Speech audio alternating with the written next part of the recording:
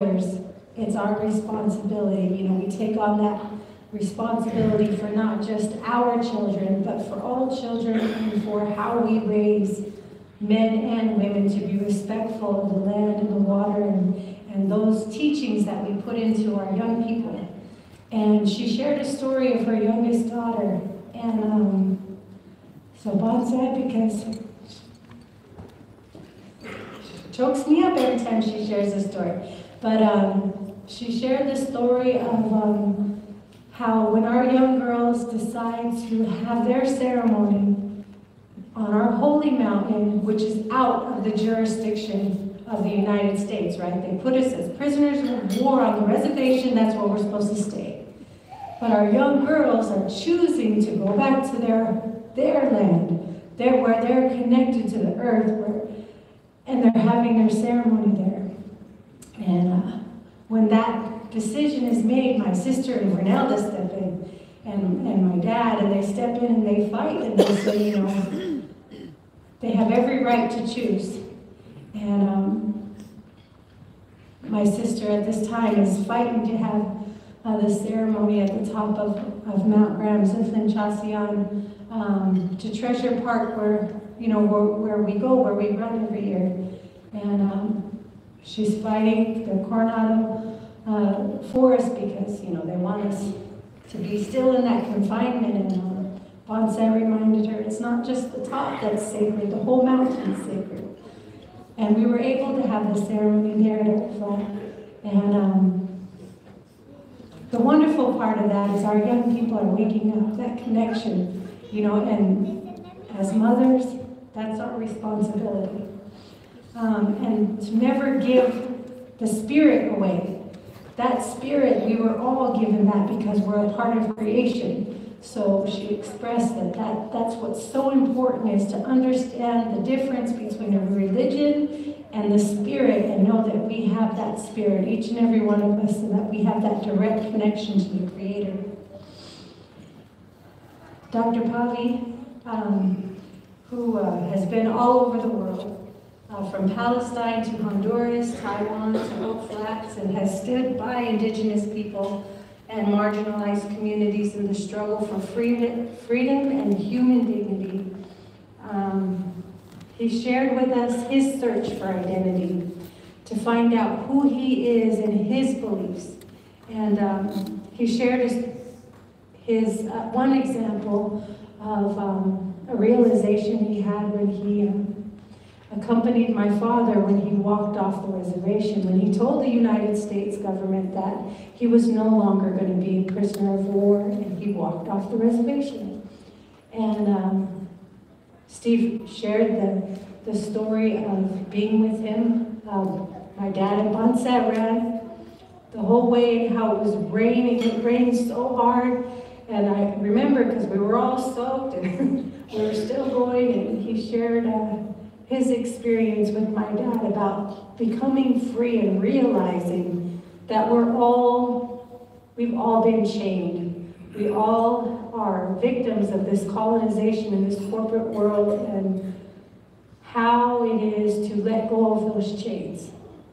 So he shared that experience, and he talked about how he chooses to follow the word of Jesus, and how those first teachings were sermons on the mountain, and that was sermons that were happening in the mountains, in the creation.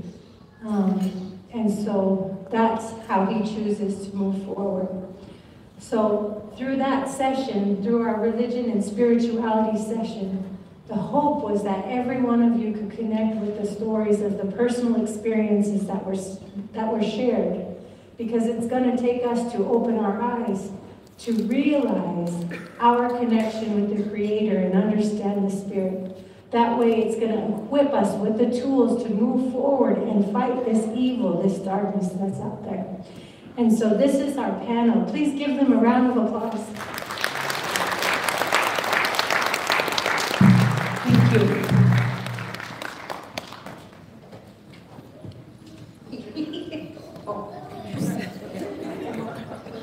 My favorite giggle. Okay. So our our next session will be with Daryl Marks, Matthias, and McCartney.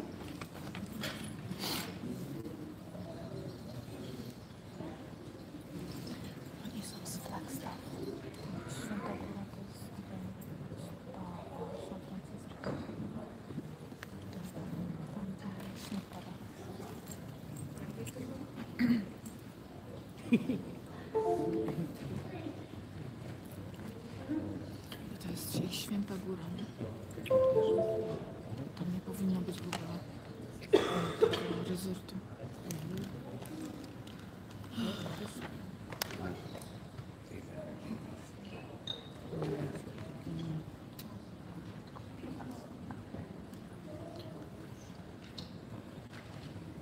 Excuse us momentarily. So we had an opportunity to speak about the San Francisco Peaks. And one of the things that we know is, how did we get to this space? The 2005 ruling gave the opportunity for snowbanking to take place using reclaimed water. And it's something that just solidified itself within the consciousness of our community. People just understood that, like, well, we lost the case, we can't do anything, the water's being used. There were people that worked to try to slow that down, prevent that, and we found ourselves in this space of, what is the next step? What are the things that we need to do? And so we had an opportunity to engage within our communities around different topics. One of the things that came forward was the Indigenous Peoples Day, right? And through that, there was a series of forums that happened. And we were able to organize and talk about what needs to happen next. What are the things that need to come forward? And so we knew we had to build relationships with everybody in the room. And so yesterday, was we were talking about it, we were sharing that, you know, in these conversations, in these opportunities that we had to share with people, that we were able to pull into conversations what everybody else was experiencing around elders, youth and education, homelessness, all of these other topics, to build these relationships up so that we could get to the most complicated one, which was about the environment, talking about the peaks. And as we moved forward in all of these conversations that we had, we learned that we could shape the environment that we were working out of. And we made sure that prayer came first, that ceremony was organized and recognized, and that we were also looking at how we organize the room. And it gave us the opportunity as community, our elders, the opportunity to step forward and say, this feels familiar, this is home, and this is how we conduct ourselves in home. And so in all of these sharings, we positioned our city government and everybody else involved into different tables so that they were listening to other people rather than politicking and kind of collecting themselves and holding a front, or even finding themselves on the stage and speaking to all of us. And it gave the opportunity for the young people to give their opinion and share, like, this is what's important to me. And a lot of what they said was, the way that our community is shaped isn't reflective of us, isn't conducive with our way of life as Indigenous people. Our elders should be present educating us, and they're not, right? We're not seeing that in our schools. And they shared so much more, and they gave those reports, and they gave that feedback to our city government and everybody else that was there, from the district to, you know, folks over at the university. And in all of those conversations that continue to have, we also moved those conversations into the schools, into the universities, and started having more dialogue with young people, and started to understand more about what we were facing. And so, you know, we also moved into the space of, okay, what do we do next? What do we do with that information? How are we educating our young people? And what are the ways that they can participate in some of these things? And so we started moving forward and looking at things that were important to our young people, because they had already brought these items forward, right? And so yesterday, as we were sharing, we were also hoping to, you know, continue a dialogue with everybody else and offer the opportunities to jump into conversations around what we were doing in our communities. We have, with guidance from our young people, with opportunities to, engage in traditional practices, bring in animal preparations into the schools, into our learning environments, so that our young people were able to say, I know how to do this. And our elders were saying, this is how we've always done things. And our young people had the opportunity to step in and say, let me take over, let me do these things for you while you continue to talk and you can continue to share story and organize and create that intentionality and an understanding and the respect for life. And so it gave birth to the opportunity to create murals and other things, not only within our school, but we're seeing that take place in our community. More and more young people are saying, I want to see myself in my community, I want to see myself in my schools.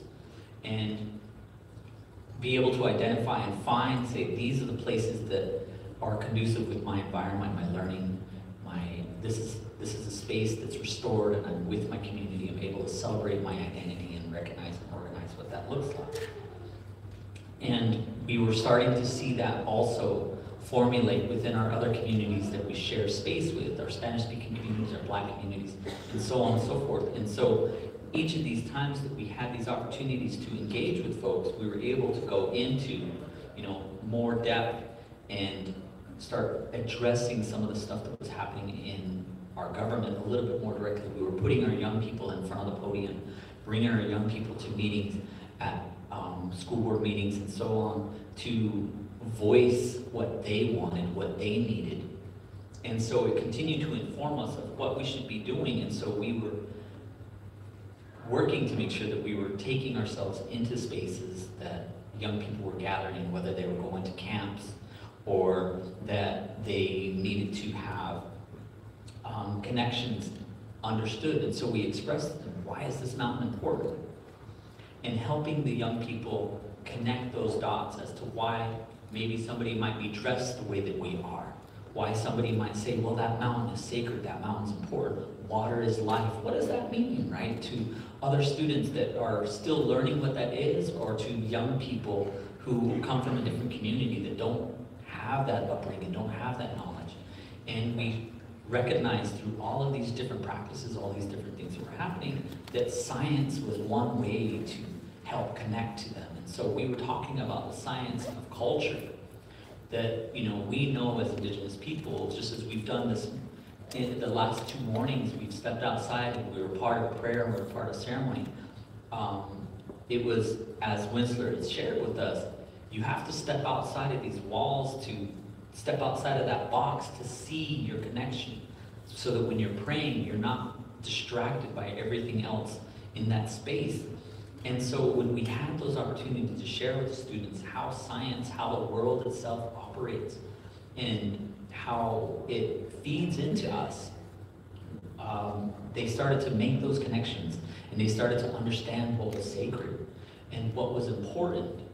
And then with all of that, we continued to talk about water, because everything that the city was doing was always saying, well, there's water here and we're going to use it all up, and then we're going to go find it somewhere else and bring it here, and we're going to spend all that money and create all these infrastructures and pipelines, right? To bring it back without explaining to the community, explaining to the young people that the water that they thought was always going to be there wasn't going to be there anymore. And that we knew that there was drought and everything else that was impacting our community and in our area, that those young people weren't given that knowledge. They didn't know how bleak the future was. And so we were able to organize and have some of those young people come forward and share some of these narratives, talk about the importance of the mountain, and not only the mountain, but what those narratives meant, how it impacted their own communities. And we made sure that we were going to the younger generations of children and communicating with all of them that we're all in this together, and the only way that we can get out of it is together. And if you are making decisions for your future, making sure that your parents and your grandparents are hearing what you need to survive and what you need to walk into, very much like what Nolan was sharing this morning. If our young people continue to communicate to their families, then it's not the adults that are always making the decisions, and we're making those decisions informed by our children. And a lot of that effort, a lot of that work is something that we all present can participate in, is what are we actually sharing? What are we actually giving to our children? And how are we moving them forward?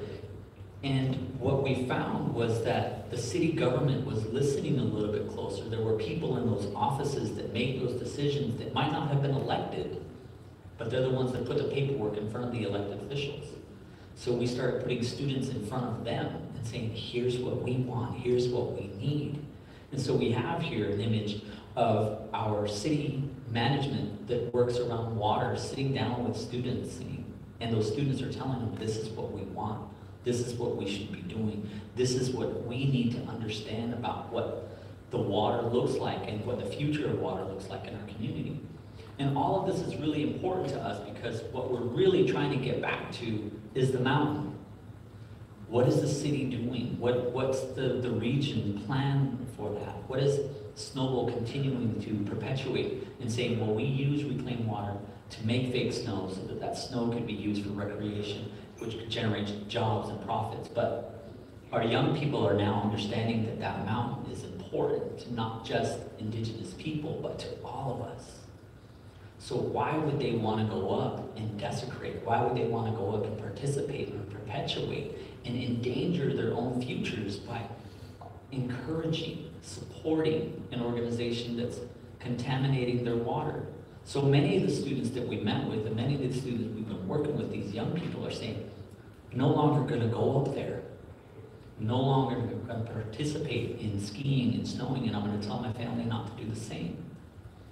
We had an opportunity, even with COVID coming in, that our relatives that were working at the hospitals or medical facilities were also saying, well, we go up there and they're pushing us like cattle onto the ski lifts to get us up the mountain. They don't care about us.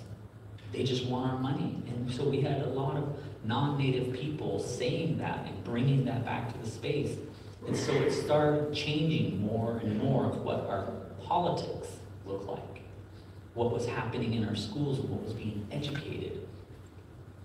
And what we find ourselves now is being able to recognize that we need our elders to continue to pass on this knowledge to our young people, to keep us informed, that through prayer, through ceremony, we're able to organize and do these things.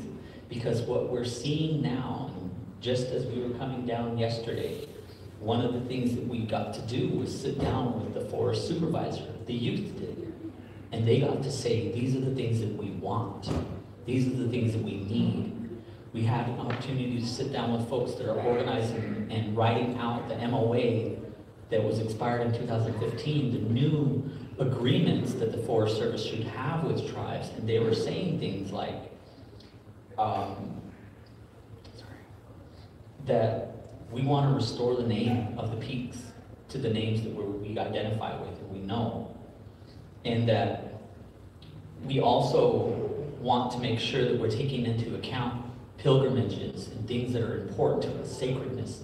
If there's opportunities for the forest to close off so that the mother can rest, and giving our mountain the identity and recognizing that she's female, and carrying it forward, those characteristics and understanding, so that our young people continue to understand what our elders are sharing through ceremony, through prayer, and through purpose.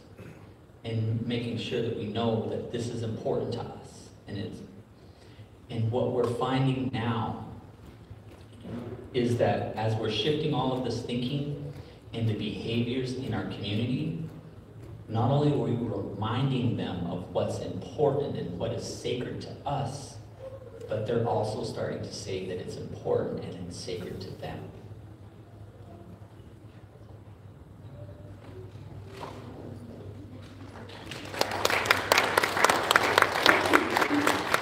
Thank you so much for that.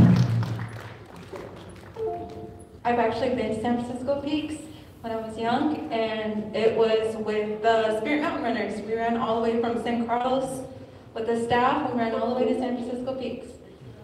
2005. Yeah, so that's my memory. Next, we're gonna have Brunelda Grant and Honor Keeler for Cultural Resource and Law.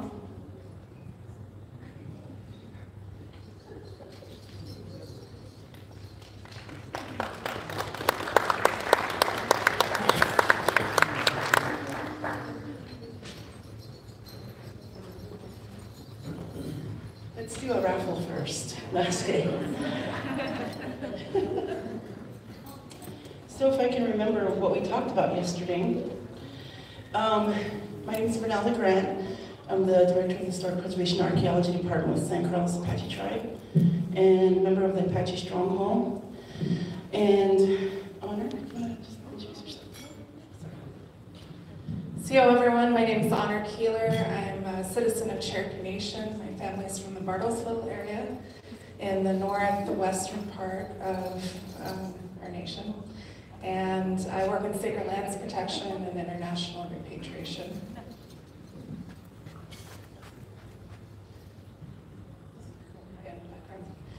Vern asked me to do a little bit on my family background.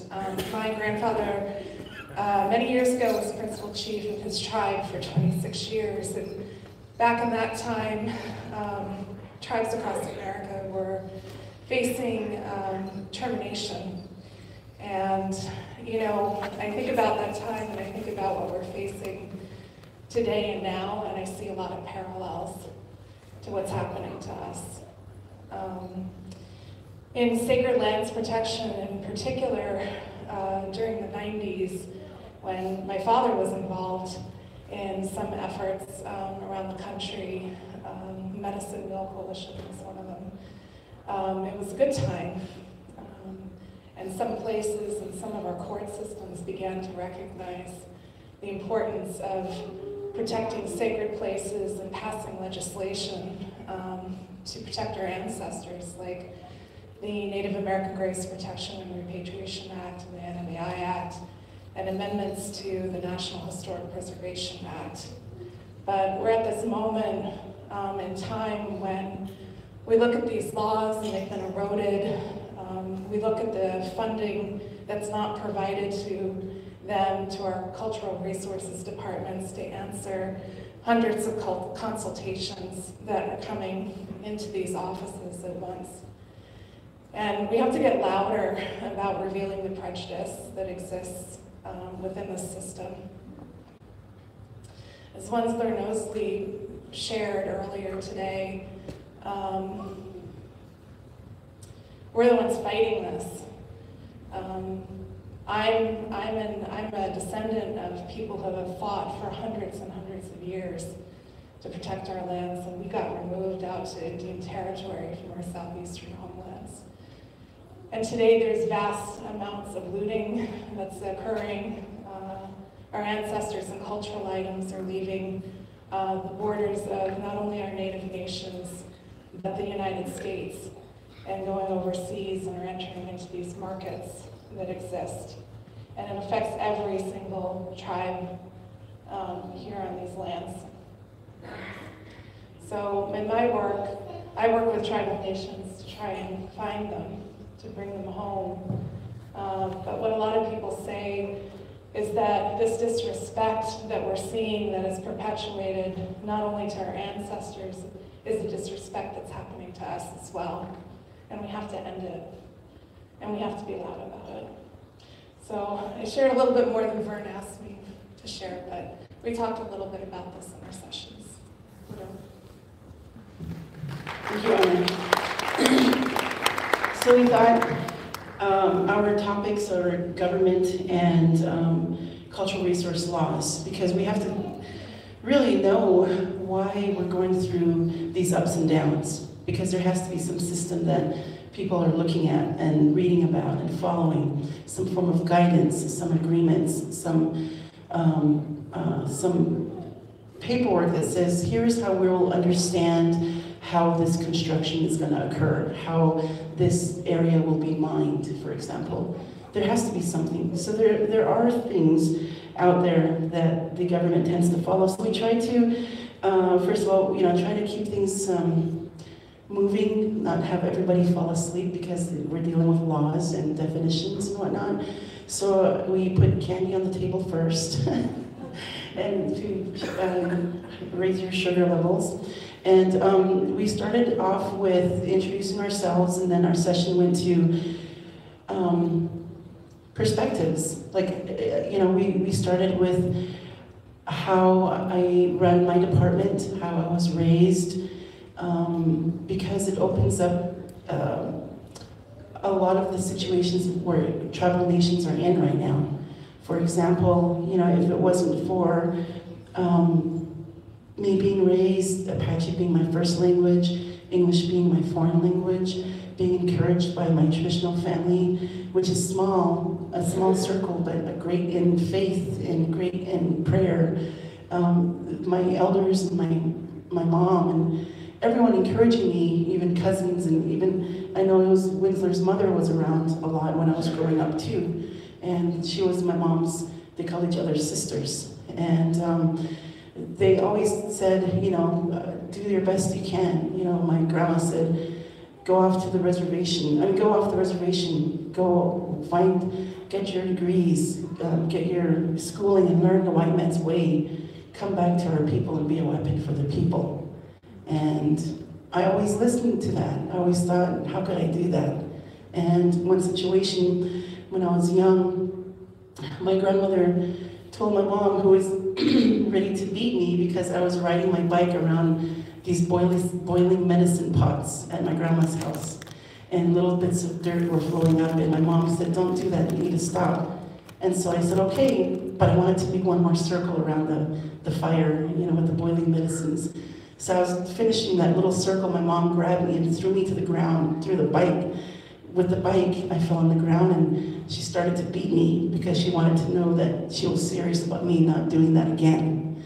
And I don't know if I was crying or not, I don't remember, but what I do remember is my grandma stepping in saying, that was okay. That's okay, don't let her do that, stop doing that. And then my mom didn't really quite hear her say that, and kept hitting me. My mom's a very strict person, and I love her so much because she raised me a certain way, and I understand and realize why she did that. But my grandma that day said, don't tira ang taknafasaziniata, which to me in my language, and at that age I was little, 5 or 6, and when my grandma said that to me, ang taknafasaziniata, ang taknafasaziniata, that little person is going to be standing, that person's going to be a leader for us, that person's leading us. And to hear that as a child, that was in my heart forever. That's the reason why I think I'm here speaking to you all, doing what I do, going into a field that is against my beliefs. Everything about it, everything I fought for, everything how my mom raised me to be, to look forward, to be awake, to be strong in prayer first and foremost. And, always being in like a survival mode. She raised us that way. And I think that really has led me to persevere into this arena, getting my bachelor's and master's degrees in all these arenas where I was the only native in these classes, a native person who was young, dark-skinned, and a woman. The woman part is almost probably the worst part, because my field is full of older white professors and doctors, men.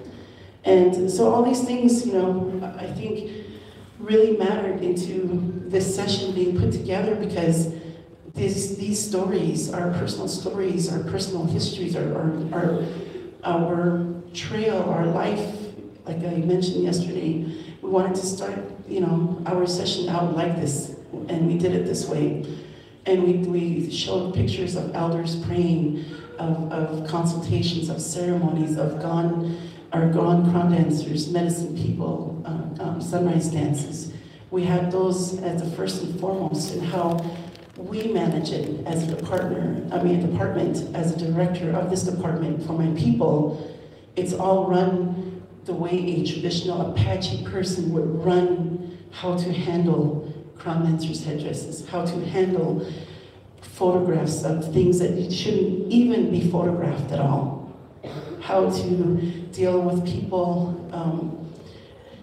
digging up human remains, selling them, or digging up things that have been put away for once for good, and seeing those things being in museums throughout the United States and the world.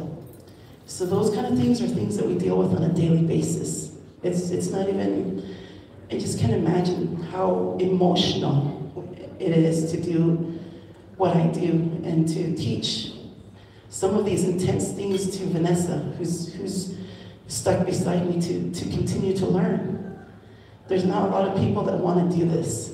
And I think there's a theme in this summit where we say, teach your children, the future. This is what we're doing it for. Teach them in a way where they hear in our own language, you know, they need to hear it. They need to feel it.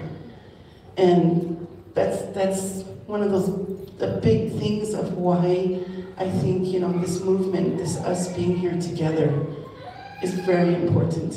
It's, you know, so we started our session that way, and then we went into the reasons why there's laws. You know, it's a white man's way of thinking. It's not an Apache or an indigenous way of thinking. The Apache way of thinking says, if human remains are found, we bury them closest to where they're found before the day is over. It doesn't say label them, put them in a bag, put their provenience on it over their location, and stick them on a shelf somewhere. That's not the Apache way. So Eric the other night said, be creative in putting together your documents, your MOAs, MOUs, PAs, all these different agreements. You know, be creative. That's what I think is an example of being creative. Don't be afraid to take it into your hands to say, this is how we do it. Don't forget to take into consideration the reports that are out.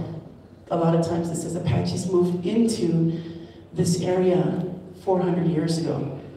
But according to the songs that you've heard here, the dances that we've danced, the prayers that have been said, we've been here since the beginning of time. We've been here for thousands of years, not 400 years ago. So these are, it's the point, what we wanted to make was to encourage people that are interested in knowing and learning what to do. You know, we covered the laws, and we covered, the white man's ways and what's working and what's not. But in summary, I wanted to just mention that these are the action items that we came up with based on discussions we've had with our participants throughout the day. First and foremost, eliminate the 1872 Mining Act. Eliminate it. Period. Because we all realize that is the biggest, the worst, the most, I think it's going to be the biggest hurdle ever for us to do. The biggest thing to tackle. And why not start it from here? You know, why not? So let's have other people work on the easy stuff. Let's tackle the biggest thing. And next is pursue legislative efforts to introduce land, water, air, and then enforce treaty rights, develop an educational information training for our own people on sacred lands, and gathering our own data to reveal prejudice, become more vocal to talk about the prejudice, especially in the legal arena, and inform tribal leaders on sacred lands protection, help them to advocate, because they need that support. So thank you. I'm sorry if I went over, but I think it's very important for all of us to hear.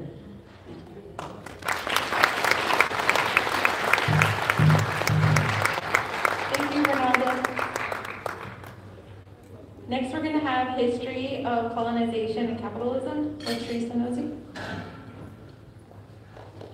You guys have any questions too of like landlords and cross? Ronaldo's very good to ask questions too. She's one of the ones that showed me how to harvest bear grass. Oh.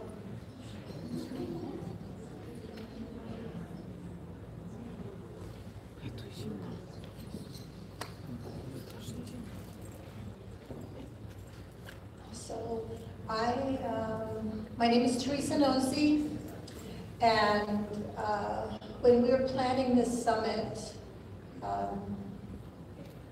we thought about all the different things that we needed to share with everybody so that everybody would take those assets and use them. And I'm the person that's at home, and well, I just recently retired. Well, not just recently. It's been a little while. I retired at the Internal Revenue Service. I was an IRS agent for 37 years. And I was manager, and I've audited all kinds of businesses all over the United States, and taught all kinds of taxes all over the United States, internationally, international taxes, trusts, all that kind of thing. So when we're talking about it, we said, okay, we got to talk about capitalism, we got to talk about colonization, and we got to talk about corporations and all those things that are not, that impact all of us. And what did I do? I'm usually the one in the kitchen, and I'm usually the one that's really quiet, and I said, oh, I can do that part, you know. And then so I volunteered. I'm going to teach that. I'll do that. And then I sat back and said, oh my goodness, what did I do? and I stopped and I looked and I thought, okay, how am I going to get this across?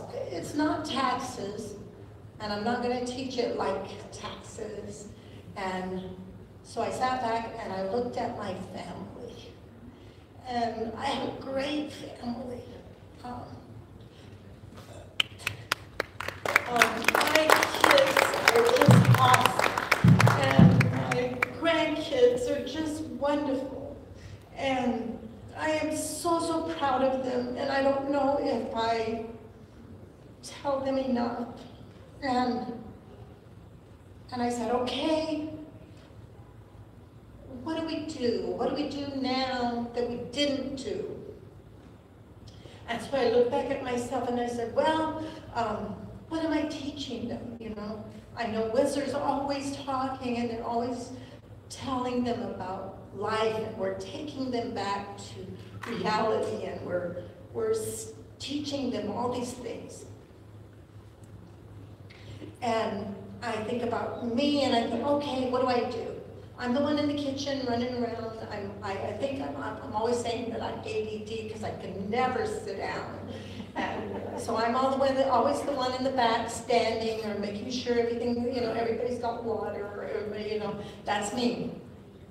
And so I thought about it, and I said to myself, I said, well, I'm teaching all my kids to butcher. You know, my kids are so excited about this, you know. And my granddaughter Soleil, we're getting prepared to do things, you know. I have thought about colonization and capitalism, and my granddaughter Soleil, she becomes a woman, and we have to go, we're gonna go have a ceremony for Soleil.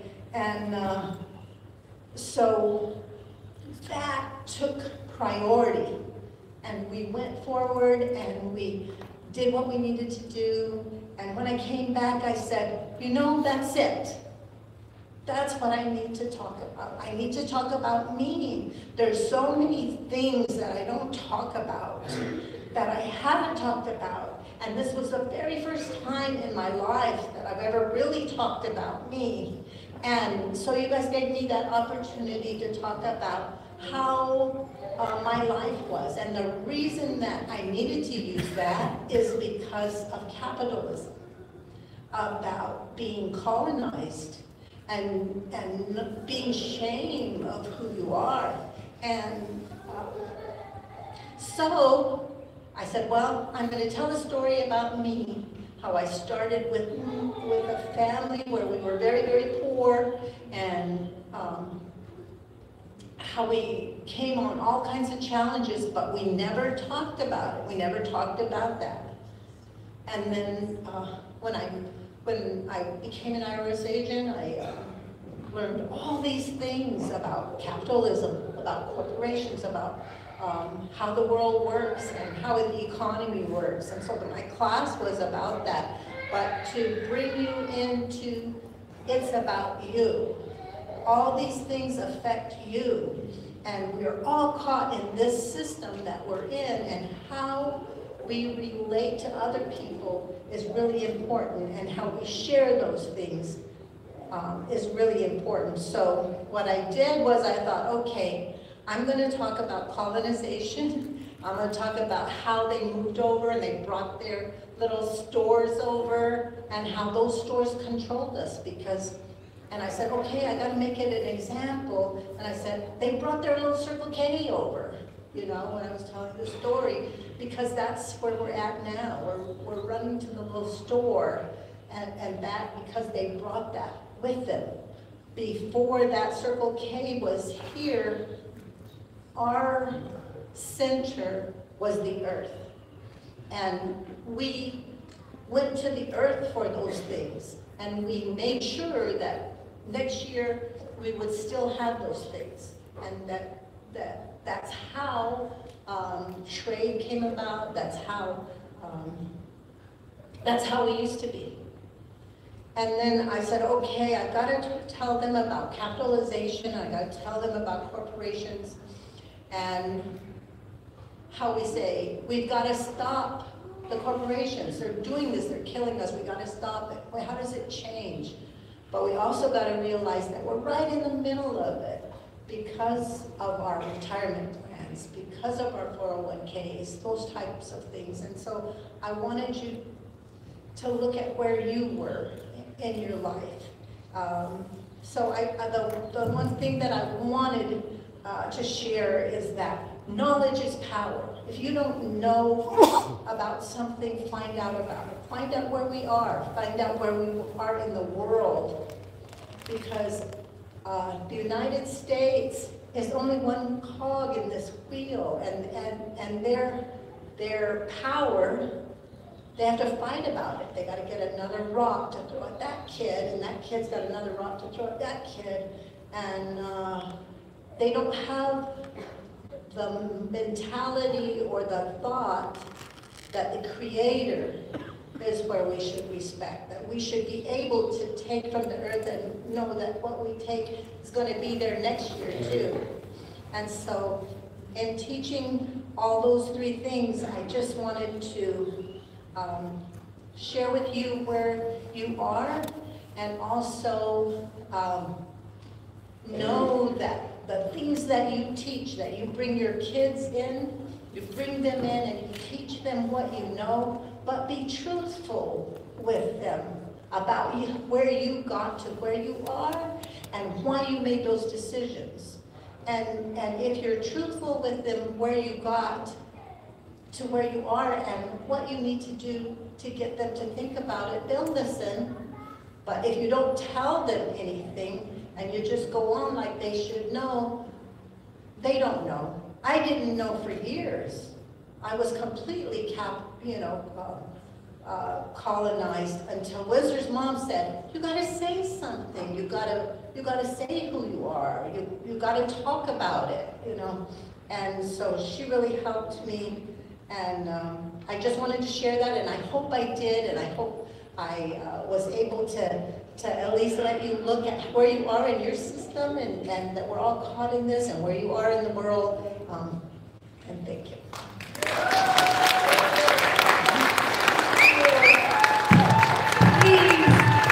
Big round of applause for her. She does so much for her family, but the people as well.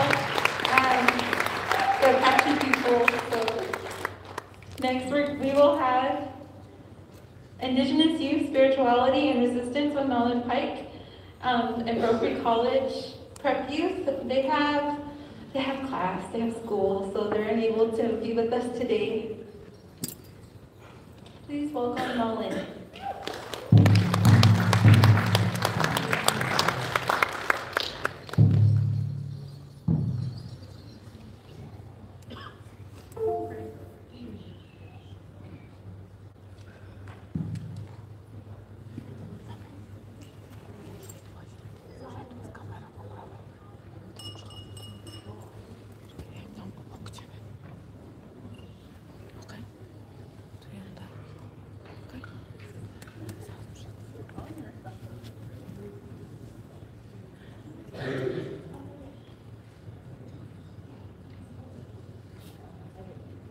Sorry guys, I really want to show you my PowerPoint.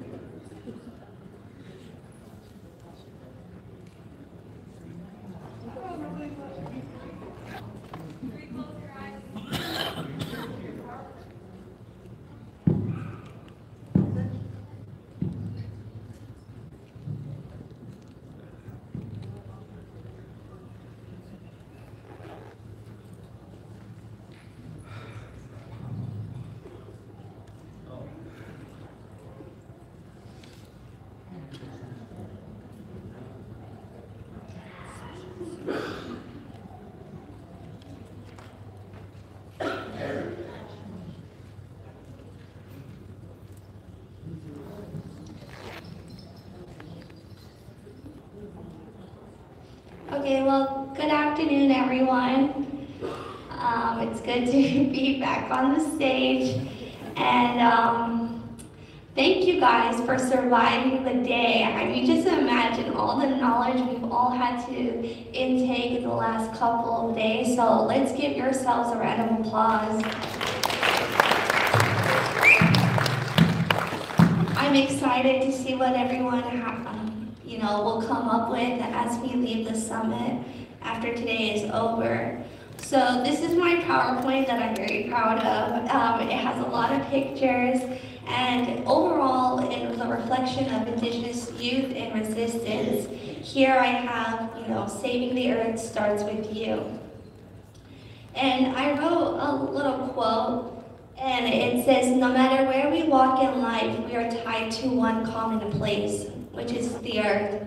I mean, all of us here today come from all different walks of life. We all have our own story, but the one thing that we have in common is us being here on the earth, and I think that's really important, and young people see that today. And so, looking at that, when you look at a resistance and you look at Indigenous people, you have to understand that all of us here and the young people today are the seeds of our ancestors. And that's when I tell each of you how when we're born, we have to fight because we weren't meant to be here. And a lot of us as young people have that understanding. We have the understanding that our ancestors had fought for us, and so that we have to fight for them. And we are the products of colonization, and we're part of that history. And so when we look at the Oak Flat movement, we have this understanding that this is an intergenerational fight. Whether if it's the Oak Flat movement or being just a res kid on the reservation, we're all a part of that intergenerational battle, because colonization, and especially for those particularly as Apache people who live on the reservation, we didn't come from San Carlos. San Carlos isn't in our creation story. It's not a part of our ancestral homelands, but we were forced there as prisoners of war. And so young people have lived that post-reservation life. And when we look at the Oak Flat movement and the Apache stronghold, it has really broken those invisible shackles that we walk in. And so when we talk about intergenerational fight, young people of today are a product of that, and we understand and acknowledge that we wear those shackles. And in return, what do? We break those. But it takes us as not just young people, but those before us to give us that acknowledgement. And this part of the slide is my favorite part. This is kinship beyond colonization. We all have to understand that our biggest support comes from our family. I am a perfect example of that my family has molded me into the person that I am today because of the traditions and the values and the teachings that they have given me. But a lot of young people in this world may not have their family. So what molds us is our external environment, and that's our community. The environment that we live in within our community helps us become the person we are. So if you don't have children or you have nieces and nephews, you become a part of that. So all of our roles here today matter because we are a part of community. And so you have to create an environment for our children. But the most important part of kinship beyond colonization that we really don't recognize is Nagutsan, and that is our connection to the earth. I was once told that young people and that our people, our ancestors, could speak the same language as the animals, the insects, and the plants, because our relationship to the earth was that intimate and that strong. But because we don't have that anymore, we see it today because we're exploiting our lands, where the history has shown over and over and over again what adults have done in our past has created where we're at today. And so when we look beyond family community and we look at ourselves, it is the earth that takes care of us. She nurtures us as we're children. And with all of that, those teaching and those tools, youth of today have that understanding, and the Apache Stronghold has allowed youth to take that stand. They have given us our voice back that was stripped away from us, and you see that.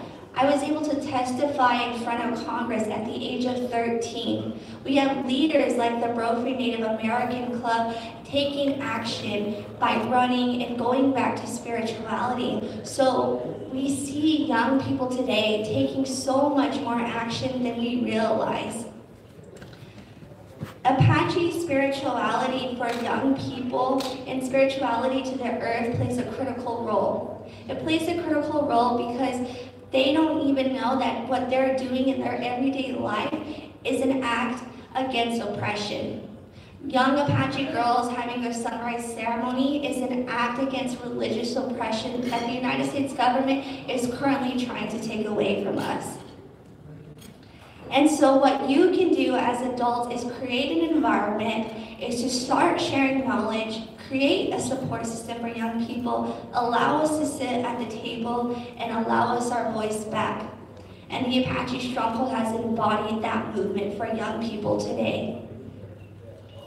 And unfortunately, we couldn't have our panelists here with us, but in my panel, I was able to speak as a Spirit of the Mountain runner, and then I had runners from the Brophy Native American Club speak on their behalf. I had Holden, I had Shuska and Kiana Beasley, and they were all very powerful speakers who were able to share their story on the run from Flagstaff to Oak Flat, and the way that the Native American Club had allowed students to do that. But the amazing thing is that with young people today, we know that even if we don't have the support from adults and elders, we're still going to take action and make them accountable because we know that this is a time for our survival. And these panelists embodied that. And I guess at the end of everything and reflecting over, it's amazing to see all of our different sessions come together to become one story. You get to see the different pillars that we carry as the Apache Stronghold, and those are the tools that we're giving you. The history of colonization and understanding where you stand in your life and how you can break that, or how you can express through art and how important that was in the Oak Flat movement, or what we can do when it comes to religious freedom. In Leanne's session, she talked about religious and spirituality and our stories, and then in mine, closing is saying, we need to take that stand as young people. We're doing it now, but we're asking for your support because we know that we are the ones who are going to carry on the fight when it's over. We're creating a path for the yet to be born, but we need to have unity amongst generations, not just people of color, and not just, it needs to be all of us, and young people see that, and we're willing to help create solutions for all of us here today. And so overall, I think it's super important, and I was really honored to have such great panelists and have you guys come in and take part in my session so that we could discuss about what we can do and our steps moving forward. So, here, Sean.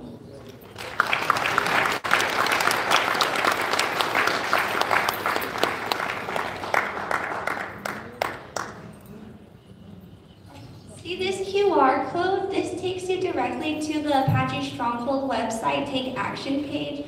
So if you want to, it's going to be up for a little while. Thank you, Nolan. Next, we're going to have reflections with Carrie Sage Curley, CC. Please help me welcome her.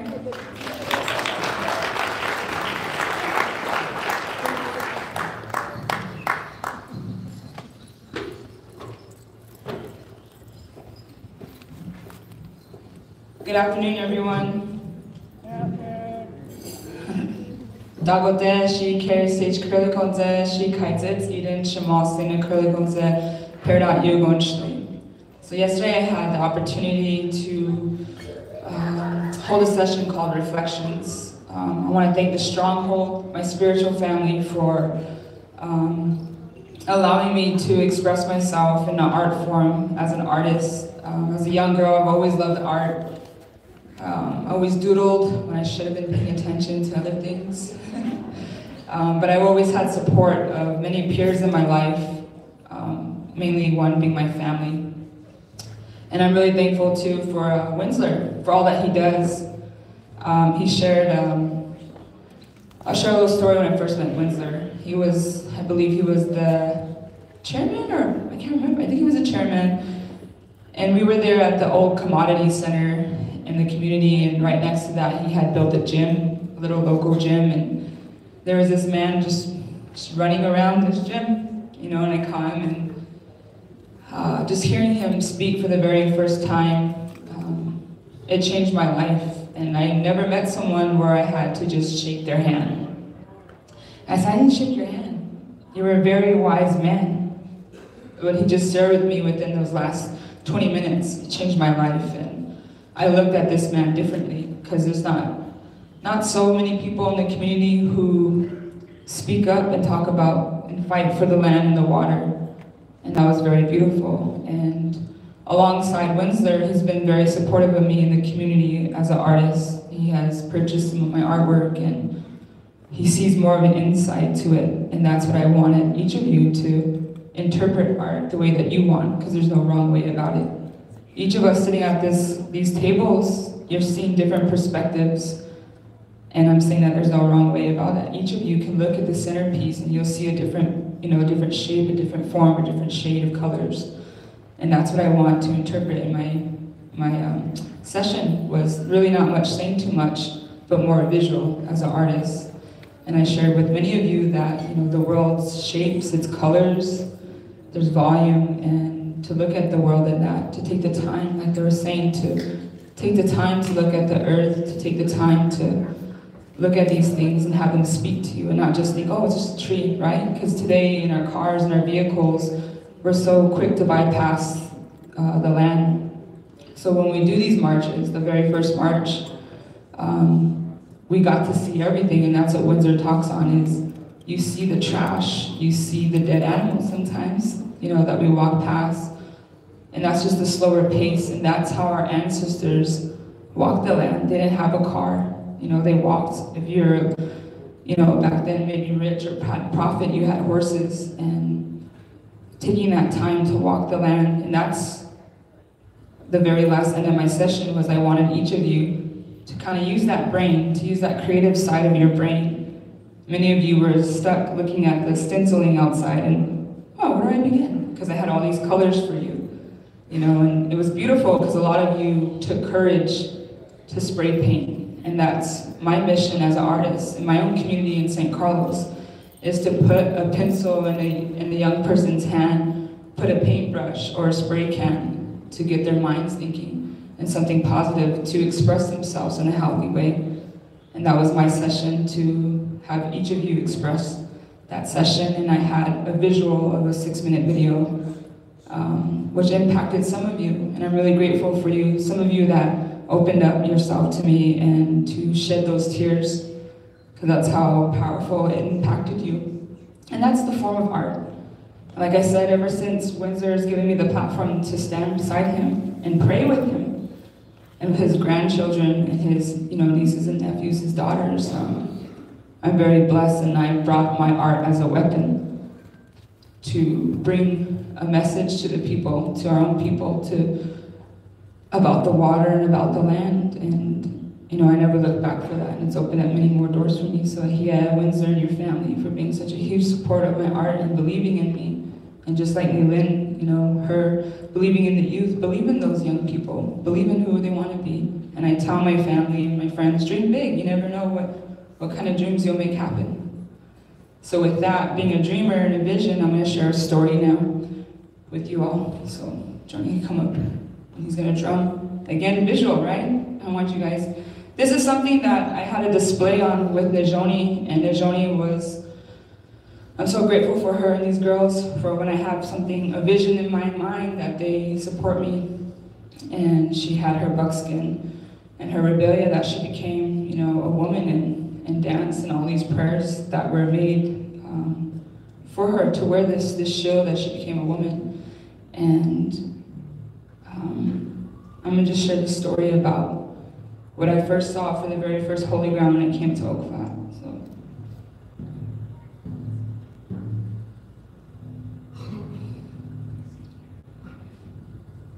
So it was an early morning, and we were driving to Oak Flat, and I was with my two aunts and Shema. As we drive up, on this dirt road, it's rocky, it's bumpy, and it's early morning. And what do I see? I see these women dancing. I see ceremony happening, and it's holy ground. And there, as the morning dusk happens and it picks up, and we're in the car, and I see Windsor standing there. I see these powerful women dancing with the feathers tied about all four directions of them. And some of these women are no longer here, but they're in the spirit world.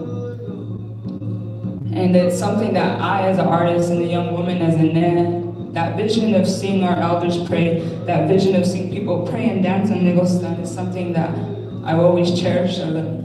And it gives me strength. And there was Windsor standing there, and he's dancing. The women asked him, what do you want? What is it that you need? What are we here to agree on? And he was dancing. And he said, I want praying warriors. I want praying people to stand with me. No matter where you are, no matter what you believe in, I want praying people with me. And there's the women dancing, not saying, oh, maybe we will, agreeing in that moment. And they're dancing, and they're shooting these arrows all direction, just yelling, ah! And there they were, shooting these arrows. And there's Windsor, and there we all were, just agreeing with him, and how powerful that was. Those arrows today are all of you. Those arrows are me. Those prayers are all of us. They brought all of us together. So don't think that your prayer doesn't get you nowhere. This prayer has gotten this fight somewhere. This prayer has protected this man. This prayer has protected his family. This work is hard work. You have to sacrifice a lot. These drums, they carry us. It's the heartbeat. I just want to share that with each of you. And that's what I try to capture in that moment when I made that sand painting with the seeds. I'm a keeper of seeds. I've grown those seeds for 8 years, harvest them, and I got to share that and make that beautiful display for you. You sin-picked me for a seed keeper, and I got to share that beautiful display with you. And the importance of seeds, that Nilin was saying, we are seeds. Water your seed, water your roots. And in my session, I wanted you to think of yourself. Think of where you come from. Think of your grandparents. Think of that. Hold your head up high. And always don't ever forget to pray. Because I know there's a lot of hard times, and in the struggle, there's plenty of hard times. But I'm thankful for my spiritual family. I'm thankful for them for allowing me to learn from them. And them for me through art. So that's the end of my session. So, Ahia, thank you all.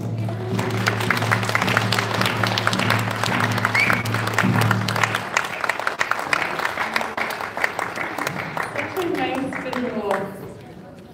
It was so relaxing. Okay, now we are moving on into our special guest speakers. It's a pleasure to introduce our first guest speaker, who is the Mayor of Tucson, Regina Romero.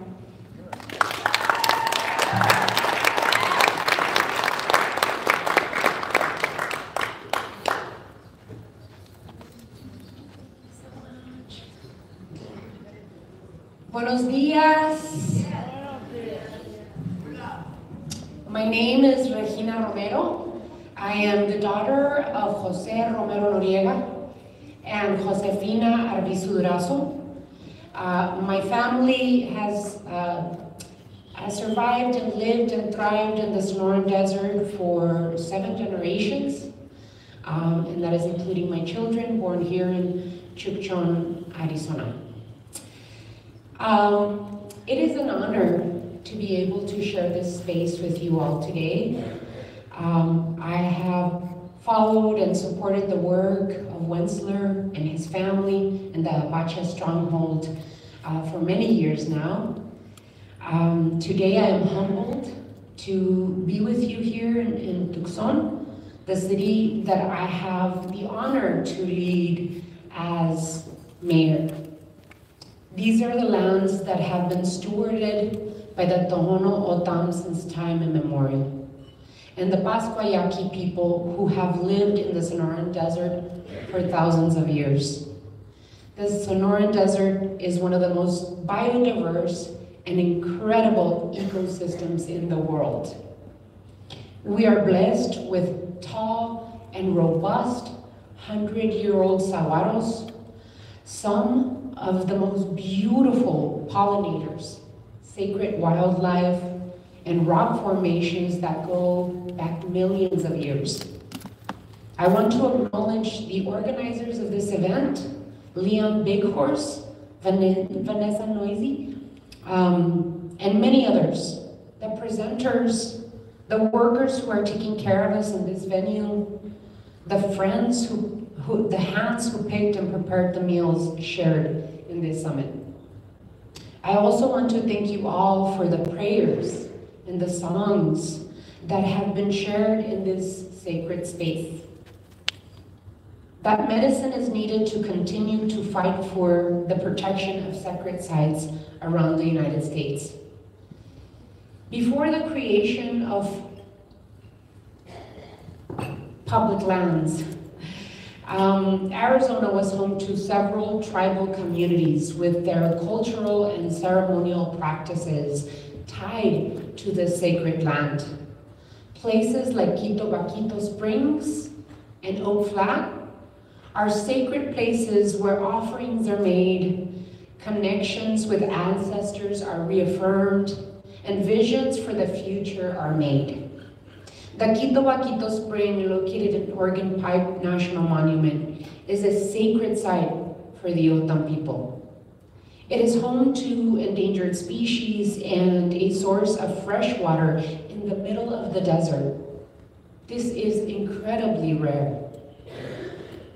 Under Trump's xenophobic border wall agenda, this site was significantly depleted as groundwater was pumped nearby to build the unnecessary border wall. Areas close to Quito Vaquito Springs that held historic and sacred artifacts and bone fragments were bulldozed. Many saguaros and native vegetation were destroyed with explosives on Monument Hill. The press was invited to watch this horrible monstrosity of an event as tribal leaders were testifying against this in Washington, D.C. Oak Flat is another sacred site at risk of destruction. The copper mine would threaten endangered species, leave behind toxic mine waste, and use significant volume of water in a drought plagued region. And it will destroy Oak Flat, leaving behind a 2-mile wide crater infringing on the San Carlos Apache tribal members and other Native peoples' religious freedom. The American Indian Religious Freedom Act of 1978 gives all Native and Indigenous peoples of the U.S. the right to practice their sacred ceremonies. These ceremonies are directly tied to the lands, plants, and wildlife. The land is sacred and provides a spiritual grounding for Native people today.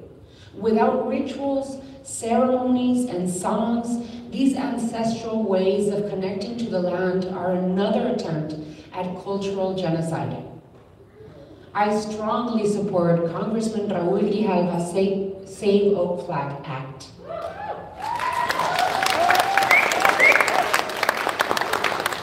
It is a way to permanently protect this area.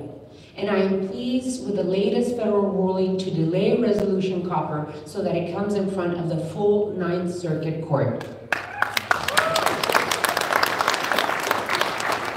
Wonderful news, by the way, that we received last Thursday while I was attending Center for Biological Diversity board meeting in Santa Fe, Nuevo Mexico.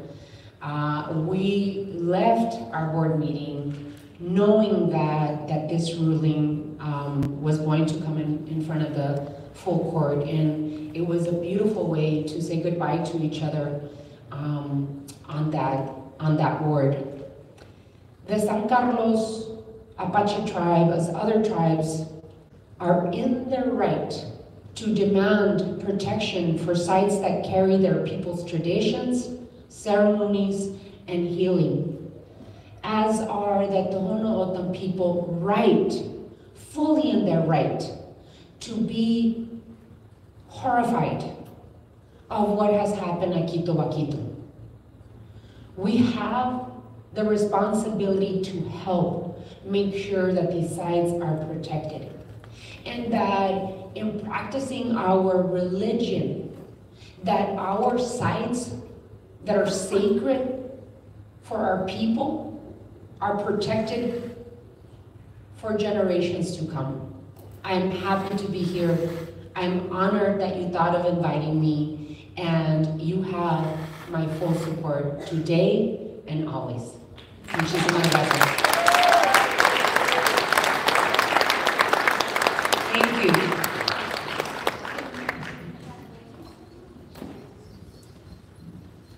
Thank you so much,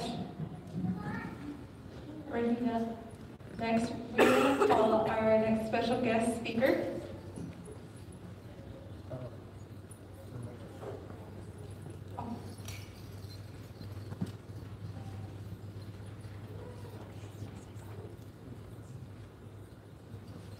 Okay, so they're going to present a special gift to Regina on behalf of Apache Strongholds.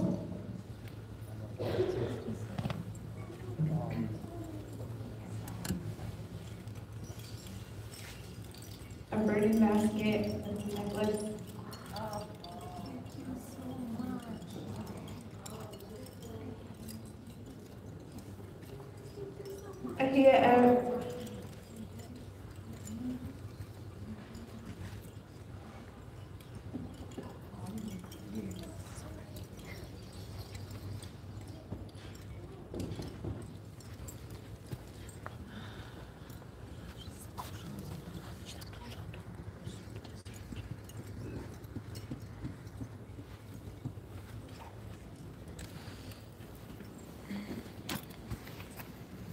Didn't mean to trouble you.